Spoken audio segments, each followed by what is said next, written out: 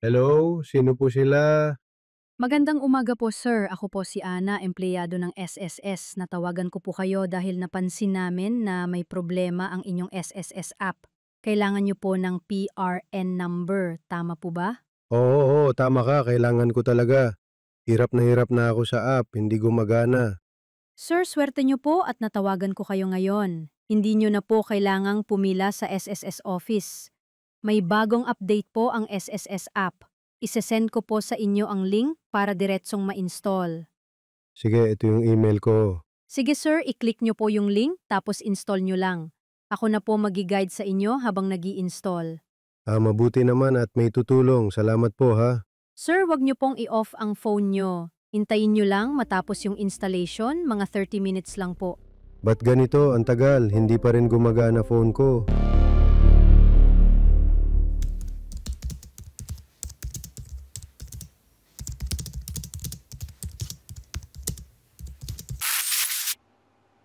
Ang napanood ninyo ay isa sa mga example ng phishing o tinatawag nating voice phishing. So nagpapanggap sila bilang isang lehitimo na support para may pa-access sa'yo o kaya may pa-install sa phone mo. Then doon magsisimula yung pagkuha nila ng information sa'yo. At the end of the day, they will try to get your money mula sa yung account. So it's either SSS or GCash or anything na installed sa yung device. So ngayong araw na to, i-expose natin mga peking website at tricks na ginagamit nila para manloko ng mga tao mula sa SSS, GCash, egov.ph o yung sa National ID hanggang sa Lazada. Okay? So, ito naman sa Lazada is for investment scam.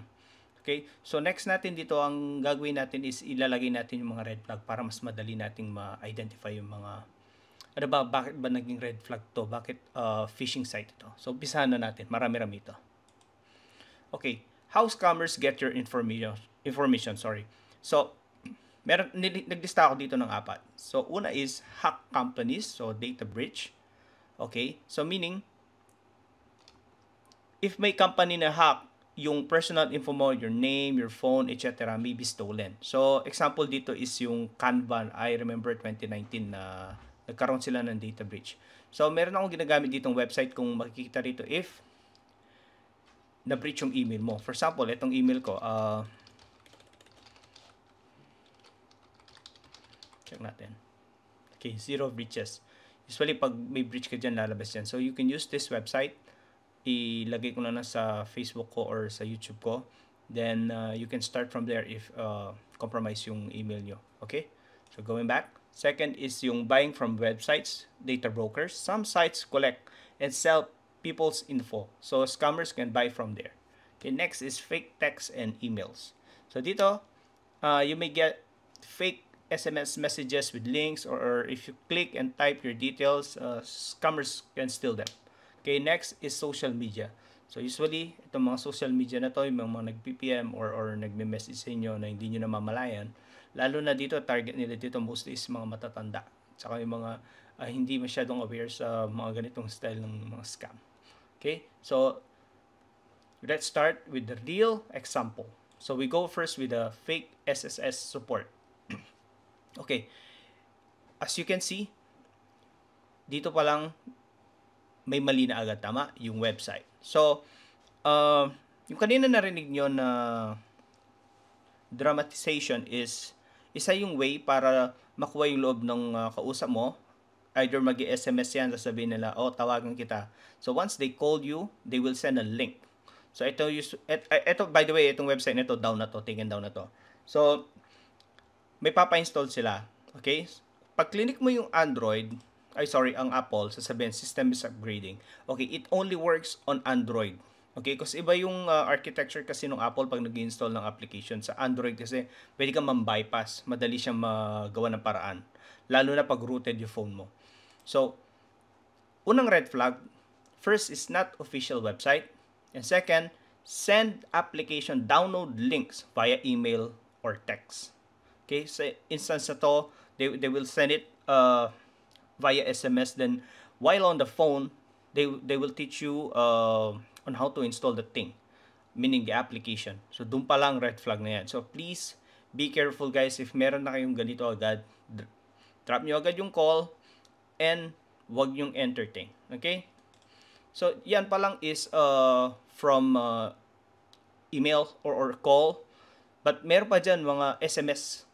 So, for sure, nakukuha nyo itong mga ganito. You receive amount from SSS Calamities via GCash. Okay? So, okay, ano ba mga red flag dito? Ito, unang-una yung GCash.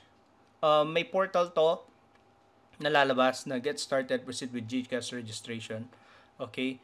And then, ang red flag is, remember, ang SSS does not send cash aid for calamities via GCash link or use shorteners. Meaning, nakikita niyo yan, mga bit.ly, mga shorteners yan. So, tinatago nila or minamask nila yung mismong phishing website. Okay? So, usually, when you click this one, ito nilalabas yung GCash mo. Okay? So, stay safe always. Next is ito, fake eGov PH. Lalo na yung mga may national ID na hinihintay. So, ito yan magagaling yung mga yan. So, they're looking for someone or trying to send to everyone kung sino mabibiktima. So, usually ang gagawin nila dyan is if yung isang tao ay naghihintay ng ID, then they will reach out probably via email. Okay, you see this one is an actual email. So, sasabihin nila, itong part ng government to streamline or improve things, lalo na sa national ID. So, may papafill up sila sa'yo. So, what I found out here is this. Itong form na to, totoo yan. Legitimate yan. So, but the thing is, if key in your details here, so, for example, di ba may mga, meron kayong mga events sa school or office na gumagamit ng Google Form, usually you key in your name, probably your number, your email. So, they're using that kind of approach also on this phishing. So, when you click this one, okay, of course, magsisend ka ng information. Once you have it, they will call you immediately. So, sabi nga dito, Philippine National ID or PhilSys does not send emails or asking you to fill out a form, then call you to install an app. Okay, what if na-click mo na yan? Meaning, nag-send. So, nandito na tayo ngayon. Ito yung website na sasabihin nila. Ito kasi naka-mobile pa to. I mean, naka-desktop view to. Pero gagawin ko niyan. Sa mobile, usually makikita mo yan, maliit lang, hindi mo mapapansin yung email. See, yung header pa lang or yung URL pa lang sa website is mali na agad. Hindi siya ph.gov. You see, ahgov.cc. Usually, they will try to do an attack sa mobile phone kasi hindi mo napapansin usually ang mga URL. Pansinin nyo sa mga mobile phones nyo. So once, okay, napapansin nyo anong kapareho nito sa SSS? Parehong-pareho. Get it on Google Play or on Apple Store. Okay? So, same din. So, pag clinic mo ito, lalabas din yung mga system upgrade. Okay? Not official website, send us by link or email. Papakita ko sa inyo yung actual website nito. Ito yung actual website niya ngayon. Nakikita nyo guys. Scroll down. Talagang peke ito. Wala ka makikita dyan. So, see, kiklik ko itong download on Apple Store. System is upgrading, sabi niya. Pag clinic ko itong get in Google Play, nakikita niyo yan, gumagalaw yan. So, sa phone nyo, sasabihin ng scammer is, so, hintayin nyo lang po, may darating pong application dyan na papa-install. What you can see here, tingnan natin. Ito yung file na na-download mismo. Okay? So, careful kayo guys, huwag nyo install to. So, na-report ko na tong website na ito para hindi na makapambiktima. Okay? Next would be Lazada investment scam. Ito naman, ito, kakaiba ito. If you're using any, for example, okay, na-discuss ko na ito, lalo na yung mga romance scam, yung mga dating application, pugad din yan ng mga ganito. May nagkwento sa akin or may nag-report sa akin na may nagsabi sa kanya, mag-invest ko raw dito sa Lazada, Lazada Shoemine or anything, merong different name sa likod ng Lazada. So the thing is, hindi siya official domain ng Lazada. Why? Lazada only use regional domain. Example, lazada.ph. If you're in Singapore, lazada.sg, etc.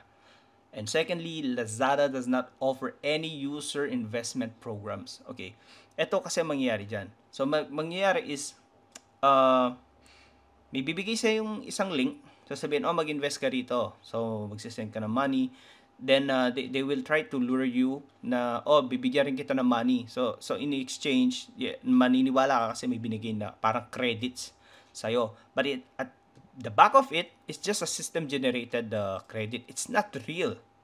Itong nakikita nyo 1,300, ito wala yan. Ano lang yan, gawa-gawa lang yan. Kahit yung sino man dyan, gawan ko lang ng peking website, so sabihin ko nag-deposit ka na account, pwede mong i-alter yung figure na yan. So, ito yung mga ginagawa nilang classic phishing scam na lalo na pag involved in money. Okay? So, nagbigay siya ng information. What happened is, she sent out the money. Unfortunately, nawala na yung money. So, guys, please be careful, lalo na yung mga ganito. Lazada only uses regional domain. So, walang lazada.shumine, lazada.x.x.com. Okay? Clear. Okay? Anything aside from that one, ignore and don't entertain them. Okay, next is yung mga katulad nung SSS support, meron din dyan galing sa DOLE o kaya meron din sa DOH. So, same thing, same approach din yan. So, DOLE does not directly send to PAD assistance via SMS. Instead, notification comes from accredited money remittance partners, not from DOLE itself.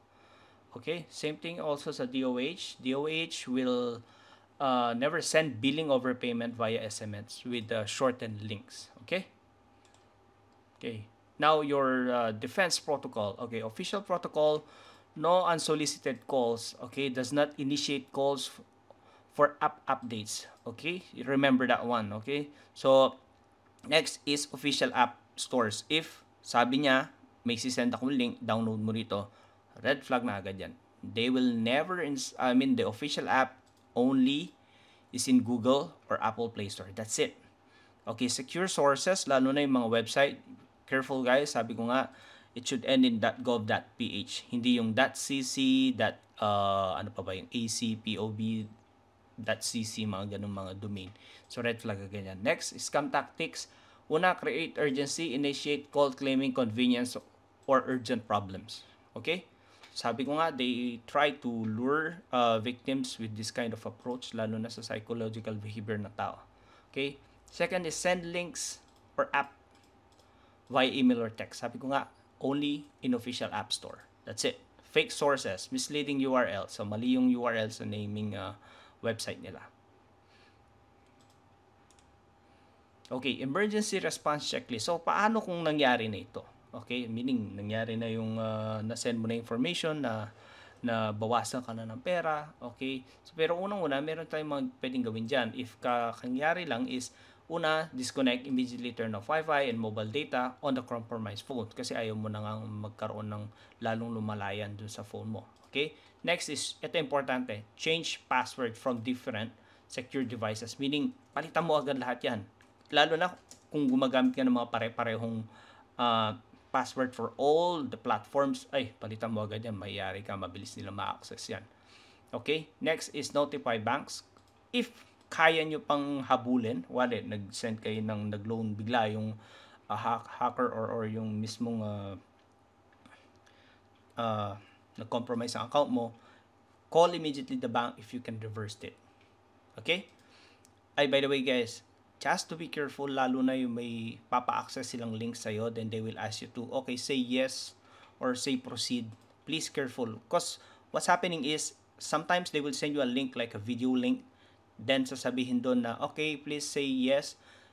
Hindi mo alam, naka-on na yung authentication dun sa kabilang side. Meaning, alam niyo yung mga authentication, lalo na pag nag-withdraw ka ng money, you will say yes on a phone. So, ganun yung ginagawa nila. So, either they will try to replicate what you're saying, then they will, meaning yung kabilang side is nagpro-proceed na para mag-loan ng specific amount. Okay? Okay, number 4 naman is, please uninstall any malicious app if nakapag-install na kayo. Okay? Kung kailangan i-factory reset, please do so. Because compromised na yung device nyo. Meaning, na-install nyo na yan, pwede na maging C2C yan. So, meaning, magre-report yung end device nyo dun sa server sa kabilang side na, oh, sige, meaning na C2C, sorry, command and control yan. So, meaning, isisend niya yung information galing from the phone going to that site. Okay? Next is file a report, for example, na biktima ka sa SSS, i-report nyo agad yan dito sa official website nila, or much better sa Anti-Crime Division ng Pilipinas or PNP. Okay, why?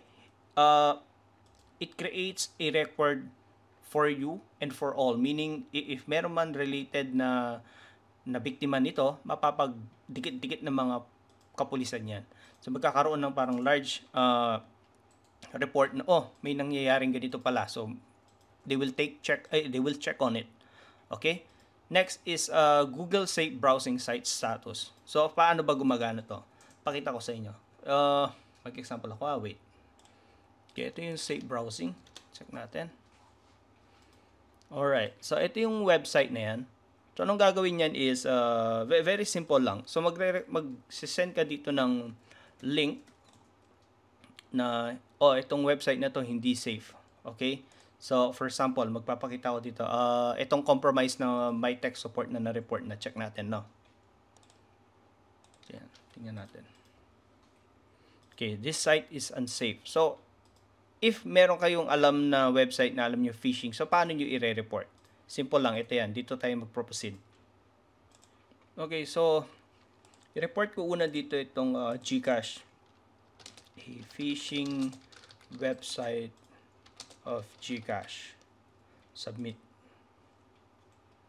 Okay, so if you want to create another one, kailangan refresh ko ulit. Okay, magre-report din ako ulit. Ito naman sa National ID eGov.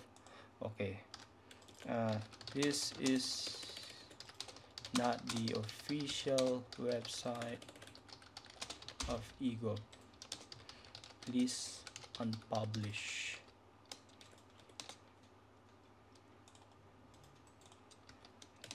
Accordingly. Okay.